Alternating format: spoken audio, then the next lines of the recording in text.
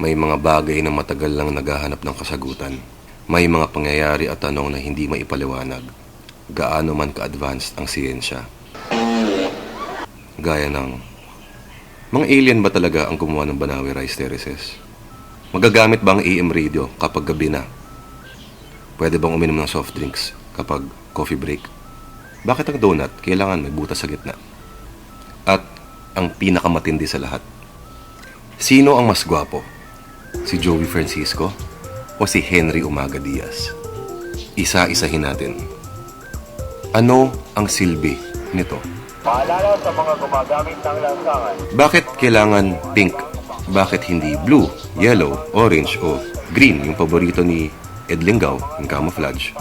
Kung pink, bakit hindi na lang gawing pink din ang uniforme ng mga MMDA traffic enforcers?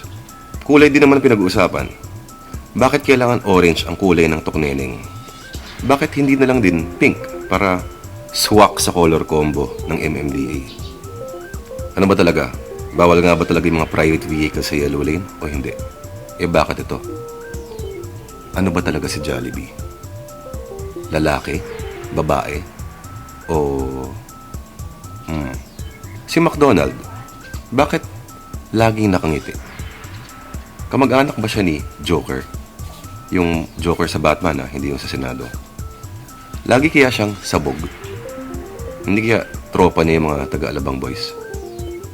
Bakit yung mga superhero gaya nila Batman at Superman, pati na rin si Captain Barbell, nasa labas lagi yung brief? Paano pag nasira yung garter? Bakit hindi pa rin tinatanggal tong stoplight na to kahit 10,000 years ang hindi ginagamit? Hindi na natin tatanungin kung bakit hanggang ngayon ay ayaw pa rin mag-resign ni Ombudsman Merceditas Gutierrez. Ito lang ang gusto kong malaman. Ano ba talaga yung nasa noo niya? Kulugo, kulani, M&M, bola-bola siopaw. Ngayon, meron na mga concrete lanes para sa bus.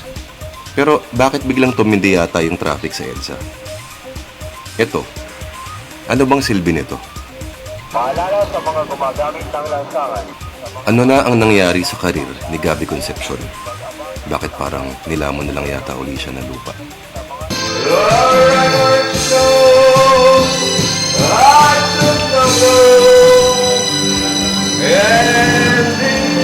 Bakit yung mga Pinoy maniyarin daw?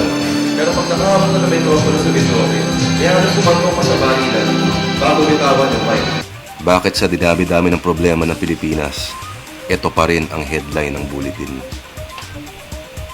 Yung mga bata ngayon, bakit kailangan nilang magpa-picture ng ganito? Ano kaya yung tatak ng swimsuit ni Ate Glo nung nagpunta siya sa Boracay, habang yung mga tao dito sa Maynila ay nagkakagulo? Sa anong cubicle kaya ng hot spa ni Kataning mapupunta si Celso de Los Angeles kapag namaya pa siya? Magkikita kaya sila at magtatagayan ni Jok Jok? Eto pa, ilan kaya ang imbitado na mula sa Malacanang? Eto, ano ba talaga silbi nito? Paalala sa mga gumagamit ng lansangan. Sa mga patungong Alabang, Baclaran at Ayala, mag-abang ng sasakyan sa itinalagang loading bay. Sa mga tumatawid patungong Cubao,